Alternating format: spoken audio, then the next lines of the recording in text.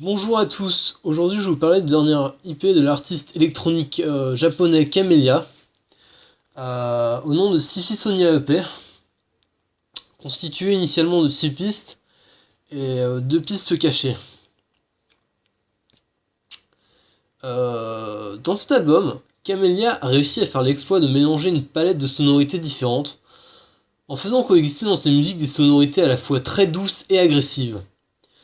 Pourtant, le rendu peut dans un premier temps être vraiment surprenant et déroutant, mais il est très loin d'être infect. Loin de là.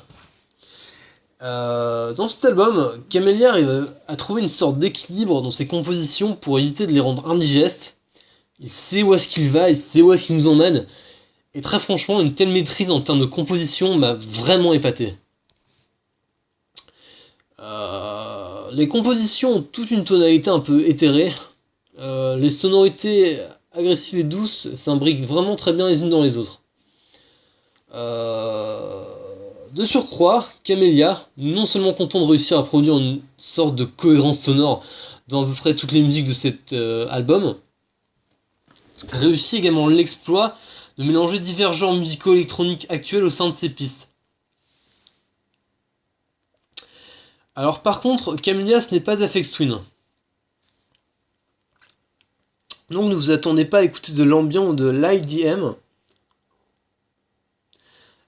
genre musicaux électroniques considérés comme électroniquement noble et pur et supérieur à l'IDM. Parce que c'est ce que aime Camellia. L'IDM. L'IDM, quand je dis IDM, c'est l'Electronic Dance Music. Mais l'Electronic Dance Music contemporaine. Et il s'illustre très bien dans ce genre. Dans l'Electronic Dance Music, ce n'est pas vraiment un genre musical, c'est le genre de terme fourre-tout pour désigner des genres musicaux très différents, mais souvent tous un peu dansants, comme la bass house, le drum step, la pumpcore, le dubstep, l'electro house, la neurofunk et bien d'autres genres musicaux. Voilà. Ce qui est étonnant, c'est que Camellia s'est joué avec la musique grand public et qu'il la réinterprète à sa sauce.